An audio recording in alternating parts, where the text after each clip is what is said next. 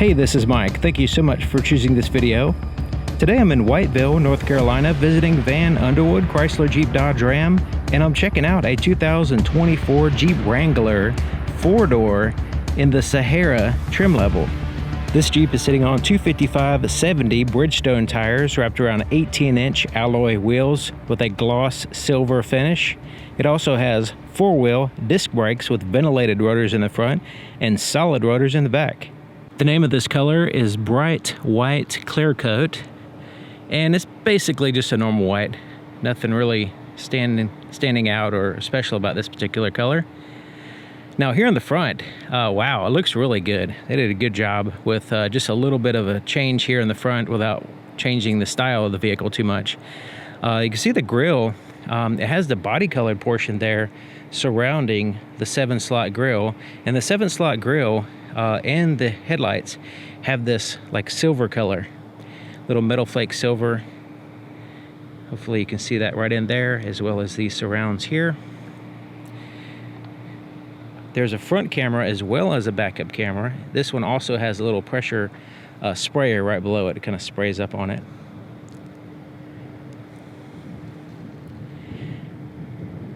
Then it has the bumper here with the integrated fog lights, LED reflector fog lights. Then you have the recovery hooks here on the top. Now the headlights, basically the same. They have the projector there in the center, as well as the reflector on the outside, and the LED accents around like a halo type light. Then you have the daytime running lights here on the outside on the fenders. I have a night video on these particular headlights on my channel, so if you say at night Jeep Wrangler, you can check it out. Looking at the profile, it has the classic Jeep shape here, and you notice it has the white fender flares, body colored fender flares, and the top as well. So it kind of unifies the whole structure of the vehicle in that same color. It doesn't segment it like a different color top or fender flares usually do. Now it does have the flat black side step there. And it has the trail rated badge, the Sahara badge, Jeep, and then Wrangler here on the side, kind of stacked up there. No mention of unlimited. That used to be the term for the 4-door Wrangler for a while there. And before that, it was just an extended long Wrangler, 2-door Wrangler. So it's kind of interesting that they're fade in and fade out that term, or change the meaning of it. This is what the key looks like, and Jeep has used this kind of bulky key for a couple years now, but it is very solid and cool looking, rugged. It has a little switchblade style physical key as well. Has the ability to lock, unlock, remote start, and a panic button here. Let's go ahead and press that panic button. That's such a loud horn. So basically, as long as you have this key with you, it can be in your pocket, in a bag. As long as it's on the outside of the door, you can lock the doors here by pushing that button. To unlock it, you simply put your hand behind the handle. There's a sensor here, senses the key on the outside of the door, and allows you access to the vehicle. There's also a physical key location here as well. Most vehicles have a physical key on the driver's side only. This one has it on both the driver and the passenger side. Let's take a look at the inside of the passenger side door. Now it has this stitching right in here, kind of like a gold color stitching, looking nice, and a French design, double stitched. This is a hard touch surface with a, it's like a injection molded type material over it. So technically you can say it's soft touch, but it's not very soft, not super soft. But it's very durable material. Then you have the hard touch down here, net pocket as well. Now you notice this handle right here is enclosed, so you can utilize that as a little pocket, but also you have this handle here. So this is where you reach under the door and to take the door off. So the pins, you remove the bolts on the underside of these pins, and then you can unplug the door and remove that strap, and you can basically use that handle to lift up on the door and lift it off the hinges, and that's how you take the doors off, front and back. So that is technically a handle. So there's a threshold area, no fancy seal place or anything, but check it out. I thought I'd never see this. A power seat on a Wrangler. Check it out. Now here on the passenger side as well. And you can go up and down, you can tilt everything, tilt that, and you have a 4-way lumbar adjustment, all powered on a Wrangler. All right, so it has the leather seats here. with the more of that gold stitching. Really comfortable. Jeep does a great job. Ram, Chrysler, Jeep, Dodge, Ram, all those that do a really good job of their seat comfort. Then you have the handle, classic handle here for the Wrangler, and you have some stitching, but you notice it's not the gold stitching here. It's like a gray stitching, and then the gold resumes up here. You also have a little gold accent there, and there's a handle up here as well. Locking glove compartment. Kind of small, but that's the way the Wranglers always have been. Smooth plastic on the inside, and it's lockable as well. There's the floorboard, and it has the rubber mats that sink in there and catch all the dirt and stuff, and they snap in place as well. The actual carpet can be removed. Don't you see that little snap right there? The carpet snaps in place. You can remove that. You will have to take the seats out, but you can take the carpet out, you know, a little bit easier than a normal vehicle anyway, if you want to have a top off, off-road mud type situation, I guess.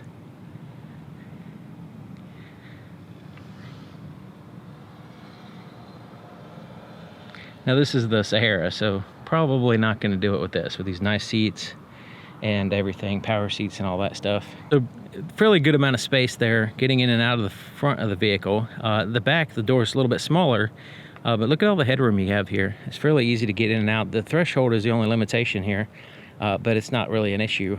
For the most part, getting in and out is not really that big of a deal as you would think. But look here in the back door, same materials here. This is enclosed, a little bit bigger pocket there. There's your handle underneath, the net pocket. You notice there's not a lot of controls on the door. So you can see it's just a handle here. There in the front, it has the door lock control and a handle. The power windows are actually in the center. We're gonna look at all that after a while, but just wanna point that out. If you're not familiar with Wranglers, they're built a little bit different. All right, so there's the seat. These fold down, and actually you have this center part that folds down as well. It has some really nice cup holders and a place to put cell phones and stuff. Really well designed.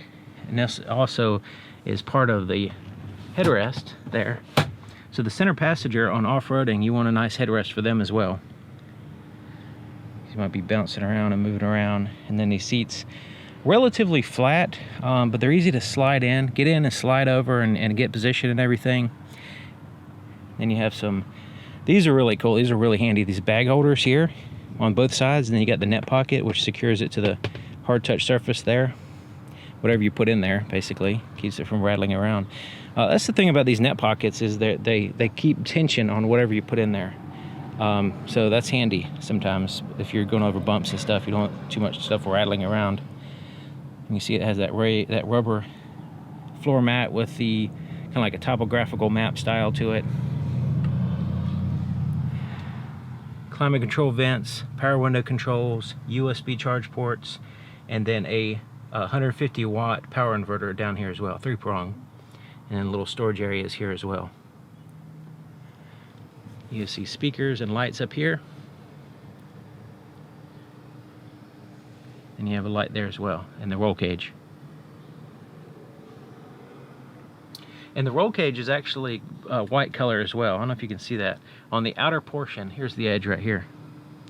So this is the inner portion, but this is the outer portion. So when you take the top off, this roll cage looks white from the outside. You do have a handle here as well, help get in and out of the vehicle, but also hold on while you're off-roading. Looking at the back of the vehicle, it has a heated rear glass. So this rear glass within the hardtop is a heated rear glass, and you see this all white there on the top, and it has the third brake light right above the spare tire here. You can see it has this bracket. Now that bracket that has that holds the spare tire, this part where it has the third brake light is adjustable up and down depending on what size tire you put here. So you could put a larger tire here if you want, or a smaller one, depending on if you upgrade or whatever the vehicle. Here's a good view of the wheel. Looks really nice. The backup camera is located here in the center of the wheel, which is also the center of the vehicle, which is a great placement for it. There is the proximity key works with the rear door as well. You can see the button here for locking. It has the sensors in there for unlocking. LED tail lights, turn signals, reverse lights, all that stuff. Really nice, bright, sharp LED lights. There's also a reflector here. You can see the reflector right there. Parking sensors back here integrated into the bumper. Recovery hook.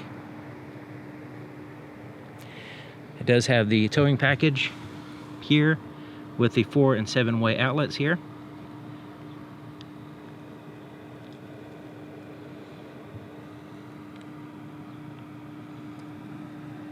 There's the exhaust.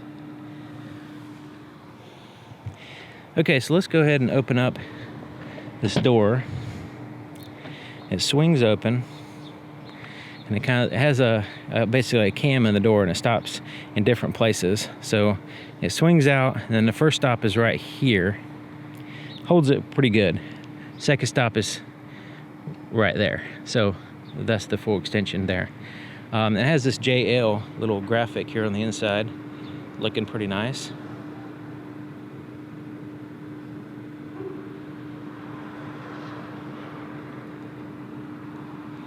It also has, there's different things that you can attach here. It says trail rail ready, but you can put there's like this little shelf that you can put here. Jeep has like an infinity upgrades and accessories that they have available for Jeeps. So that's one of the things there. You see there's now there's the other reflector. So there's 2 reflectors, one on each side of the spare tire. All right, let's go ahead and lift this up, and it has this little handle here, right where the rear wiper is. So you can see it has a rear wiper, has the heated rear glass, all that. Now look at that. As far as like putting cargo in here, it's like wide open space. No problem getting in and out stuff here. It even gets bigger when we fold the seats down. 12-volt power supply here on the left side. See, it has a little cover there. And you notice it has a little battery. That battery indicates that this is directly connected to the battery, and you don't have to turn the ignition on to use this power supply. If you see a little key, that means it turns on and off with the ignition. All right, so you can see more of that white roll bar part here.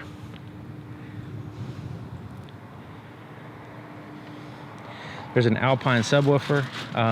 This is for storing the hardtop pieces there inside of this. We'll get this out of the way. You can see it has tie downs all across both sides. That's very important for tying down stuff. If you're going off-roading, you want your stuff flying around inside the vehicle, you know, especially if you have heavy objects back here, you want it secure. Now this, when you close this gate, it covers up portion of this floor, so you can't lift this up when the gate is locked. So this is technically a secure location here. You can take this whole floor out and access this compartment, and also put a little bit of small stuff there, I guess, underneath it. But this is a very strong plastic material here, and then this is a drain plug, so you can utilize it as a temporary like ice box or whatever. You also have a place to put door hinges, the bolts for the hinges, not the hinges themselves, but the bolt for the hinges, roof bolts, and then windshield bolts. You can fold the windshield down. You also have this. This comes off, and this is where you'll find the jack and the tools for the spare tire. I'd probably put a little bit more tools in there. Seems like there's extra room there for more. Now you can fold these seats down in a 60-40 split fashion to add to your cargo space while still maintaining passenger space. It really opens up quite a bit when you fold these seats down. The fuel door is here on the driver's side, and it has a metal cover here. You open it up, and it has a traditional cap and a little tether here to hold the cap. Now, where to put the cap when you're pumping gas doesn't really have a spot for it without just hanging down and touching the vehicle. So I'd probably have to figure something out there. Maybe shorten this tether and hang it this way or something. I'm not sure, but yeah, it does have that, so you don't lose your cap. As long as you have the key inside the vehicle to start it up, you just press and hold the brake and push this button.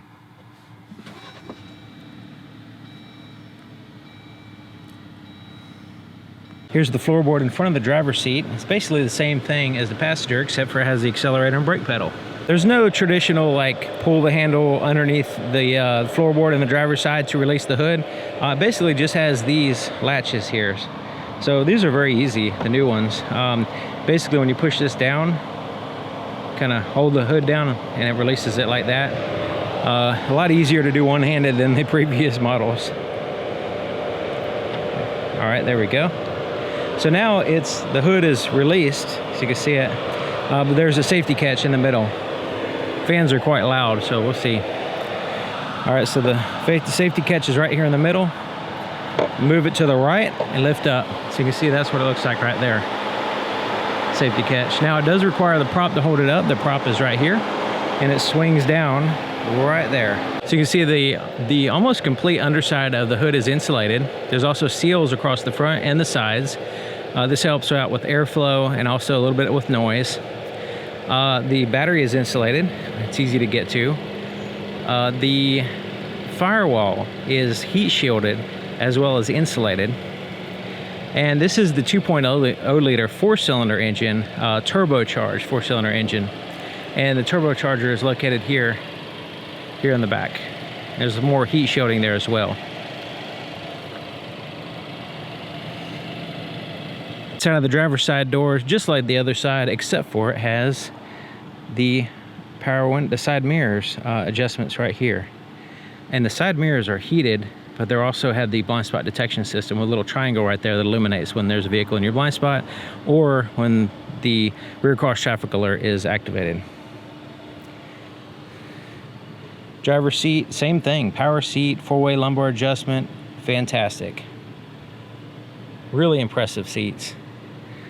You see it has the Sahara embroidered in the back of each seat, looking nice. To the left of the steering column is the headlight switch and has the ability to turn off all the lights. Parking, headlights on, or automatic. This is for the fog lights, turn those on or off. And there's a little indicator on the gauges letting you know whether they're on or off. And then the dimmer switch for the interior gauges is here. Very simple, little scroll wheel. Check it out, it has these little Jeep graphics. There's also a tilt and a telescoping steering column. I'm sitting in the driver's seat. I'm 6 feet tall. I have the driver's seat all the way back and all the way down to give you an idea of the potential legroom here. And it's actually a little bit slightly too far back. I mean, I could drive like this, but yeah, I'd probably pull it up just slightly. The only thing is when you don't have a manual transmission and there's no clutch pedal, there's no footrest, so it's kind of like this, like not really a good spot to put my foot. So it'd be nice to have like a footrest right here on the left side. It's always been an issue with me and Wranglers, there's no footrest with the automatic transmissions. All right, and here's the steering wheel. Nice, good, thick steering wheel. Nice, and it's soft too. It has like a little give to it. Has the gold stitching on the inside, and yeah, looking great. It also has the cruise control settings here with the adaptive cruise control. You can set the distance further or closer, and I like the way it has 2 buttons and not just one, so you can have more precise settings there once you turn that feature on. The adaptive cruise control can be turned on separately from the regular cruise control. So yeah, you set it, resume, cancel, and then you can turn the regular cruise control off here. Now there's buttons on the back of the steering wheel right here. I don't know if you can see that. There's a toggle. It's kind of like toggling up and down on both sides, and then there's a button in the center. And they're designed to line up with your fingers, so as you're holding the steering wheel, your fingers can line right up with them. So on the right side, the toggle up and down is the volume for the radio. The center button changes your audio source. On the left side, the up and down is changing through tracks, like if you're playing off your phone, it goes to the next track, that kind of thing. And then the center button on the left side goes through your presets on your radio only. So you can set up your presets, and they can be from any audio source. They could be you know, satellite radio or AM, FM, or whatever. You can line it all up, and then you can cycle through your normal radio stations that you listen to, which is pretty cool. And you can do it while your hands are on the wheel. It's great. Wish most all manufacturers would put those buttons on the back of the steering wheel. It's just genius. Windshield wiper controls are here. And then on the left side is the turn signal. Of course, your dimmers for your high beams as well. All right. Now here's the gauge cluster. On the far left is the RPMs, the tachometer. It shows you what gear you're in. As far as the four-wheel drive system, two-wheel drive high right now has four-wheel drive high, neutral, and four-wheel drive low there as well. On the right side is the speedometer, and it shows the status of your headlights here and fog lights just below it, which are turned on right now. And then it shows the outside temperature, and it's a lot hotter than that. It is really hot and humid today.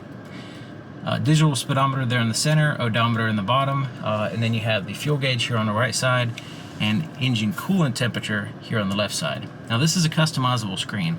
You also have this is the digital compass. Now this vehicle's brand spanking new, so it hasn't, what they do is to calibrate the compass is they just basically drive in circles for a couple minutes, or like I don't know, less than a minute basically, and then it will calibrate the compass. But right now it's not calibrated yet. Remember these buttons right here, up, down, left, right, and the OK. You see the digital speedometer there. If we want to go to kilometers per hour, press this OK button. So it's real easy to accidentally press it. So if I just press it, it goes to kilometers per hour. Press it again, it goes back to miles per hour. So if you're driving and all of a sudden, you know, it goes to kilometers per hour, it's just you accidentally press that OK button. But if we scroll down, you can see it's part of a menu system. And you can see we're at 1 here for the speedometer, 2, you can see that's part of this menu system. So 1 is the speedometer, second one is the vehicle info. And when we're in here, you see these little, it shows the tire pressure, but in the vehicle info, we can scroll to the right and left and get more information. So transmission temperature, oil pressure, and then oil life, battery voltage, and then the tire pressure. Scrolling down again, take us to our off-road page, and it shows the angle of steering on the front tires. So as I turn the steering wheel, it goes, you know, it gives you the degree angle there. To the right will give us our pitch and roll. So going up or downhill, or if the vehicle is tilted left or right, that kind of thing. Scrolling down again, driver assist. This is the adaptive cruise control status. Scrolling down again, fuel economy, and we have 2 presets, or 2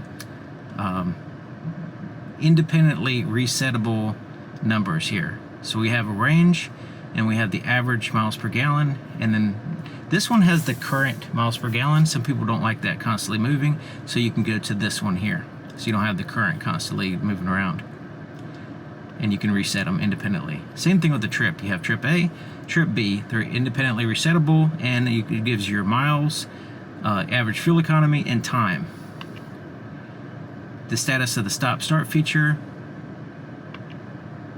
I would turn that off immediately when I get in the vehicle. And then the audio, whatever's playing on the radio. Any stored messages will be here for 9. And then it goes to screen setup. We can hit that, and then we can change the things on the corners here. You can see right there. Let's go up or left. We want to change that. Instead of a compass, we'll go to, let's go to range to empty, that kind of thing. So you can kind of customize the screen a little bit. Scrolling down again will take us back to the digital speedometer.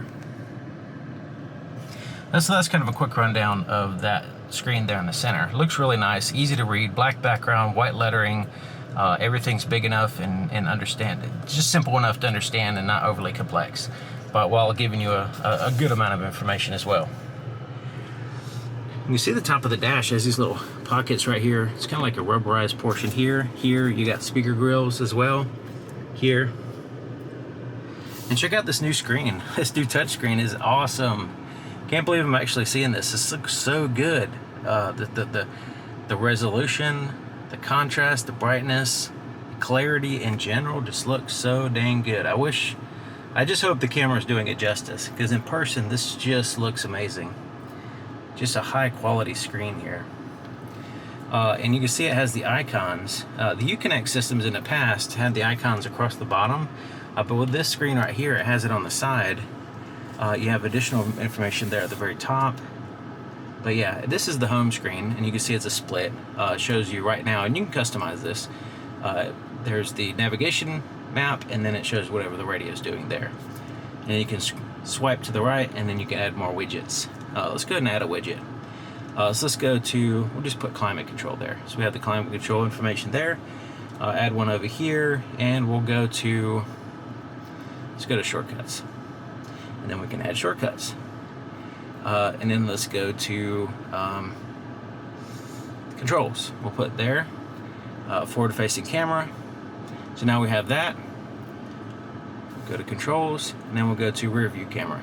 So that way we can quickly go to that if we wanted to. All right, and that's on the home screen. You notice that the climate control temperatures here and here, digital clock, whatever the radio station's at, outside temperature, any notification bell here, the status of the heated steering wheel and heated seats here, which you can click, and then you can turn them on and adjust it. You can also sync them, the steering wheel with the seat, which is pretty cool. The next icon here is the media. So you have different sources. So you have AM, FM, satellite radio, Bluetooth, USB 1, USB 2, Alexa, auxiliary input. But you also have Apple CarPlay and Android Auto. Comfort, which is your climate control, heated seats for the driver and passenger, heated steering wheel, where the air is actively blowing, front and rear defrosters, the fan speed, recirculate the air. You can have it on automatic if you want as well. I turned that off because it's blowing too loud for the camera. But it is a hot day, so I have to have it on. Next one is the navigation. So this is the navigation map here, and you can do a search. You can have the 3D view, or you can have the top-down view like this. You can go here to do searches, and then you can also save different destinations as well, including your house. The next one will be your phone. Once you pair your phone, you'll have access to recent calls, phone book, all that stuff. You also have a button that pops up, so if you're and somebody calls you and then you want to not have everybody in the whole vehicle hear your conversation, you can switch to your cell phone and have a private conversation if you want.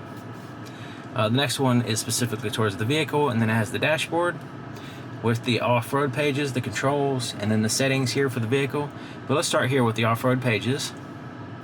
The vehicle dynamics, the steering angle, the transfer case, whether it's locked or not, accessory gauges, so the oil temperature, transmission temperature, a lot of the temperature stuff that we saw over here, you can have them quickly accessible and viewable right here, as well as your coordinates and your altitude. Nice. Pitch and roll can be focused on here, and then you can have access to the front camera right here, and then you can clean camera and rear glass. You can clean it up like that. It sprays the water on it. Let's go to the back view, which does not have the sprayer. Alright, and then the next one, let's get out of the off-road pages, go to controls. We kind of saw that already, forward-facing camera, rear view camera. I'm going to go into the settings here. There's a lot of different settings. You have dark, light theme, or automatic. Change the language. You can set up different profiles. Safety and driver assist information, and you can kind of like fine-tune some stuff. There's the time. It has it synced with GPS. But if you want, let's say you want to have your clock a little bit fast, some people did. That was a thing that I did a lot, was you have the clock a little bit fast, so when you're getting ready in the morning or whatever, if you're heading somewhere, it just kind of works as a mental trick to help you be on time. So if you want that to set your clock up different than the actual time, you just turn that GPS off, and then you can set it how you want. And then you can set up phones, voice recognition, navigation, all these camera settings, navigation settings, voice recognition settings, mirror and wiper, lights, doors and locks, seats and comfort. All these are different ones you can go through. Let me just kind of click them so you can see. Auxiliary switches, which there's auxiliary switches are down here. I'll show you those in a second.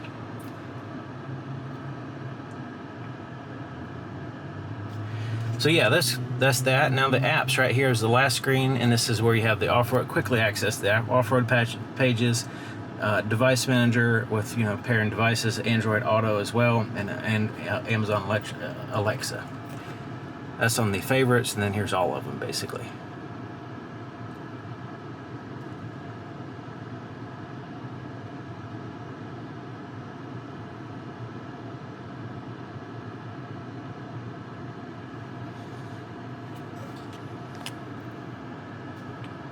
Alright, so looking down here is the physical buttons for the climate control, temperature driver, temperature passenger, fan speed. You can turn it on automatic here, where you want the air to blow, heated seat for the passenger, recirculate the air, heated seat for the driver, front and rear defrosters, and heated steering wheel. Mute the radio real quick if you need to. There's the volume and tune through the stations. And then you have the automatic start-stop feature. You can turn that off. That's the off light. This is the traction control. Default is on. You can turn it off here if you need to spin tires or whatever. Parking sensors, that's the off button. And then this is the downhill descent. That's where you activate that. This is in 4-wheel drive low. And then you can turn the screen off if you want. You can turn it off, and then you just tap the screen and turn it back on if you want to. 12-volt power supply. You notice this one has the key, so therefore it turns on and off with the ignition. There's the power window switches, and then you can have it to where the kids don't play with it by doing that. The power windows in the back. And then here is your media ports, USB, USB-C, and auxiliary inputs, and has a little cover, kind of keep the dirt off of it. There's the 4 auxiliary switches. Here's a little storage compartment right here, and has a little rubber mat that you can take out and clean, put it back in. Here's the shifter, when we put it in reverse. The backup camera will pop up, but also your parking sensors are now activated. And you can also switch from the front and rear view while you're in this mode. It does have active guidelines. You turn the steering wheel, the lines move as well. Nice clarity, looks good. There's neutral, drive, and then there's a manual mode, and you bump through and change to the gear ratios like a ratchet shifter. Pulling it back increases the gear to the next higher gear. Down is to the lower gear. Alright, this is the 4-wheel drive control. So there's 2-wheel drive high, 4-wheel drive high, neutral, and 4-wheel drive low. So it's pretty straightforward as far as the path that you take. There's the handbrake, parking brake here. Cup holders, a little place to put some stuff there in the center. Cell phone or whatever, and it's open in the middle. So you can utilize that for like the mug handles or just anything other than just cups. Or bottles, in my case. So this is a very soft armrest here. It doesn't bottom out at all. And it has 2 portions. So there's 2 latches. The top latch reveals a small pocket here. And then you can see where wires go in and out of this compartment. And then the bottom latch lifts up that, and then you see a larger compartment here. There is a USB port in there as well.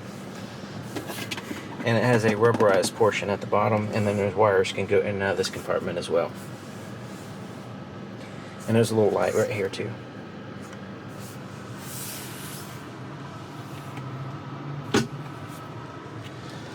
Rear view mirror it's an auto dim rear view mirror, and it's actually auto dimming right now because I have the shade over the light sensor, which is somewhere back here, or maybe it's on the dashboard. It's covered up somewhere because of the shade. And then you have roadside assistance and emergency buttons here. These are the microphones for when you're making a call or talking to somebody. Now the visors have like this vinyl, really tough vinyl material around the outside.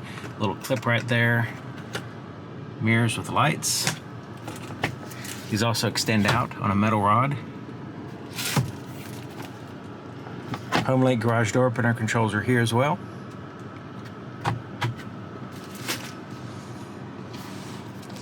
So the hardtop, you can see it's really easy to take it off. You just turn these latches here, and you can remove the top. And then there's latches here, then you have the turn latches. I actually have a video where I take all the top pieces off, and it looks really cool. Looking at the visibility in the back, no problem. I mean, there's plenty of visibility. Lots of windows, lots of space to see in and out, or out. And there's privacy glass back there, so it looks pretty cool, especially with the white exterior color. So anyways, thank you for watching, and thank you to Vann, Underwood, Chrysler, Jeep, Dodge, Ram here in Whiteville, North Carolina. I'm gonna have a close-up picture of this at the end, but and hopefully copy and paste this information in the description. But here's the window sticker, and it has some optional equipment. So the way the Jeep window stickers are is it has standard equipment here. It has the basics of the engine and stuff like that, transmission, which is the 8-speed automatic, 4-cylinder, dual overhead cam, turbo engine with stop-start. Now, and this says McKinley trimmed power seats. But then the optional equipment here. So the optional equipment starts here, and it has the package price, and then the what's included in that package, and then the next package price, and then what's included in that.